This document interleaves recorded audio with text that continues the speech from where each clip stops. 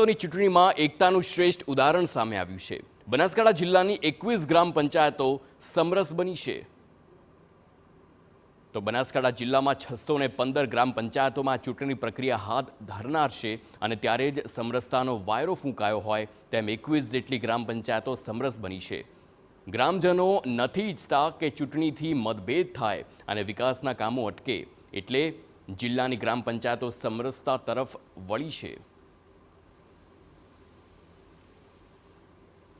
પાલનપુર તાલુકાની ગ્રામ પંચાયતો જે સમરસ થઈ છે તેવી પેડાગડા પંચાયત, ઉકરડા પંચાયત, વાદણા, ઓખાપુરા જે પંચાયતોને સરકાર તરફથી મળતી ગ્રાન્ટોનો પણ ફાયદો થશે, ગામની એકતા જળવાઈ રહેશે અને જે ચૂંટણી થાય ત્યારે ઉમેદવારો જીતવા માટેના પ્રયાસ માટે નાણાં વેડફે છે, પોતપોતાના ઉમેદવાર સામે ટીકા ટિપ્પણીઓ કરે છે અને જેથી ગામની એકતા તૂટે છે।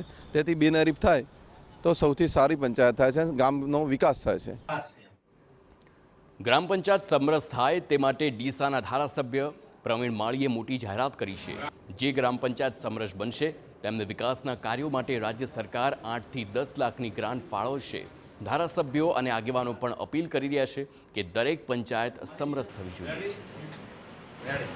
જે પંચાયતો સમરસ કરશે તે પંચાયતોને વસ્તીના ધોરણે 10 લાખ રૂપિયાથી લઈ અને 25 લાખ રૂપિયા સુધીની ગ્રાન્ટ અલગ અલગ રાજ્યના જે હેડ આવે એ ધારાસભ્ય તરીકેની હોય કે અન્ય ગ્રાન્ટો હોય એ બધી જ ત્યાં ગામની અંદર વાપરવા માટે હું આ તબક્કે સૌને વિનંતી કરું છું। આ ગ્રાન્ટ આપણા વિકાસમાં વપરાય અને ગામ લોકોની એકતા જળવાઈ રહે એના માટે સમરસ કરવા માટે સૌને લાગણીસભર વિનંતી કરું છું।